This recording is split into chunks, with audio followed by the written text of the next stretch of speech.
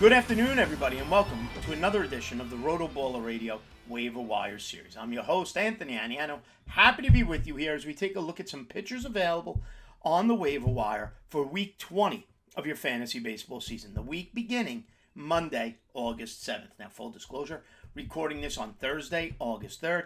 Some editing, and then you'll probably see it then over the weekend leading in to your waiver wire. Yahoo roster percentages are our talking point.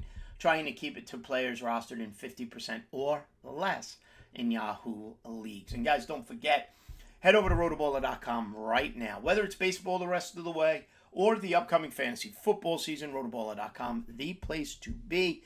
Take advantage of all the free content, waiver wire, rankings, etc., as well as for your fantasy football season, our draft kit, team sync tools, lineup optimizers, you name it. rotoballer.com. Save at checkout for those premium packages using the promotional code ACES. And if you're like me and getting ready for that fantasy football season while managing your fantasy baseball season, don't forget to go visit our friends at the FFPC. Okay, the home of season-long fantasy football. It's been 14 years since the FFPC filled their first league, and they've grown to be one of the world's largest league commissioners. Not a single FFPC league has ever folded, and leagues are forming right now. FFPC has plenty of great slow draft and live draft formats, including best ball drafts as low as $35. Best of all, every RotoBaller listener/viewer, will get $25 off their first FFPC contest. Go to rotoballer.com/FFPC to take advantage of this offer. Don't miss out on the FFPC experience, the home of season-long fantasy football. All right, folks? So get ready for those drafts. Get on FFPC. Stay right here on rotoballer.com and RotoBaller's YouTube channel for all that football content. But right now, we got a fantasy baseball championship to win. So let's look at some pitchers, like I said, available starting Monday, August 7th. And trade deadlines come and gone. Some players have been reshuffled, closers, so forth and so on. Now, a couple of things to mention first before we get to my top five. Paul Sewald traded by the Mariners. Andres Munoz takes over as Seattle's closer. Not going to break him down today. He's already 74% rostered. David Robertson traded by the Mets to the Marlins. The Mets looking at a combination of Brooks Raley and Adam Ottavino. They're available. That's great. I watch them every day. I don't love it. I mean, Brooks Raley has an ERA over 5 over his last 2 weeks. If you're desperate for saves, they are there. Okay? But there are other options available. And we'll start with some of the starting pitching. And my number one ad, it's shocking to me. Mentioned him last week, mentioning him again because he continues to impress. That's Steven Matz of the St. Louis Cardinals. 29% rostered. He's available in 71% of leagues. His last 2 weeks, last 14 days, 3 starts, 17 innings, 14 strikeouts, 7.4 Ks per 9. With an ERA on the 1 of 0.53 over that period. With a whip of 0.82 and 2 wins in those last 3 starts. In his last 12 innings pitched, he has not given up an earned run. In the month of July, he's had 5 starts. Going bigger picture, 5 starts in July with an ERA of 1.69 and a whip of 0.86. 27 strikeouts to 5 walks in his last 26 and 2/3 innings. He has been fantastic. Bottom line, on a bad Cardinal team. He's got 87 strikeouts on the season in 93 innings. That's 8.4 Ks per 9. His whip is a tad over 4. But remember, he got taken out of the rotation earlier on. He was so bad. But that xFIP just under 4 at 3.99. Batting average against at 2.68. And I understand the whip, 1.39. That might scare you. But like we said, only 5 walks in his last 26 and 2/3 innings. And over his last 17 innings, his whip sits at 0.82. Now, he has a start this upcoming Saturday, August 5th, against the Colorado Rockies. And then a week later, a fantastic start scheduled for August 12th against the Kansas City Royals. If you're looking for a stream, Steven Matz, my priority pitching ad of the week. At number 2, Seth Lugo has continued to pitch well all season, yet remains a little bit less than 50% rostered. He's currently at 46% on Yahoo. Over the last 14 days, 24 strikeouts in 20 innings pitched with an ERA of 2.70 and a whip of an even 1. On the season, it's basically a strikeout per inning, 88 Ks in 89 innings. Sign me up for that. With an ERA of 3.54 and an xFIP of 352. The ERA is legitimate. He's not getting lucky. He's just pitched well really all season long for the San Diego Padres. Batting average against sits at 252, and the whip is a small enough 1.19. Now, he faces the Dodgers. He's a 2-start pitcher this upcoming week. It's an interesting week, though. Monday, August 7th against the Dodgers, and then Sunday, August 13th against the Arizona Diamondbacks. Full disclosure, I have him in 2 or 3 formats. I'm using him for both of those starts. We'll see how it goes. Number 3, my third starter ad of the week, Graham Ashcraft of the Cincinnati Reds. 28% rostered, makes him 72% available.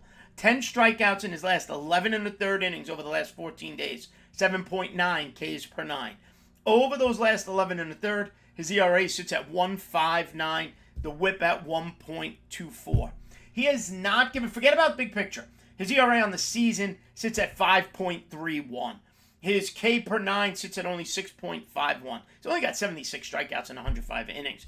Okay, but I could see people being worried about that ERA. 5.31 is a big number.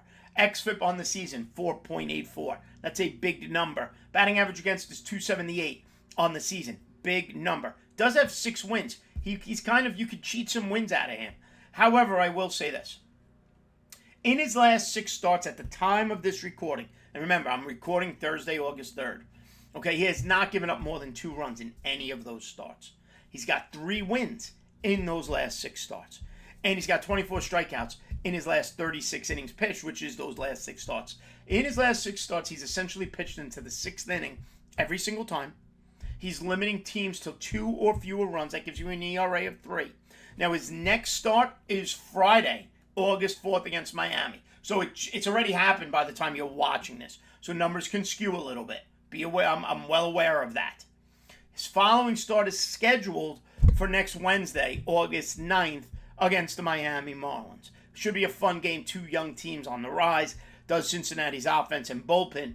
Can Ashcraft give him 6 with the lead and pick up a win? I say yes, they can. Graham Ashcraft sits as my number 3 pitching ad of the week.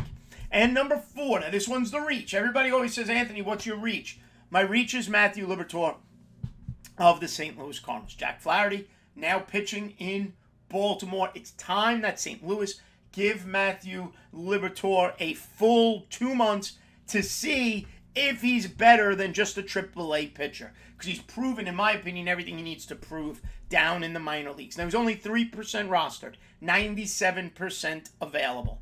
Okay, on the season, okay, in the major leagues, he's got 22 strikeouts in 32 innings. He's been up and down with an ERA of almost 7, 6.75, and a strikeout rate, a low strikeout rate of 6.19. Now, when you look at his AAA numbers, you should be seeing a better pitcher than that at the major league level.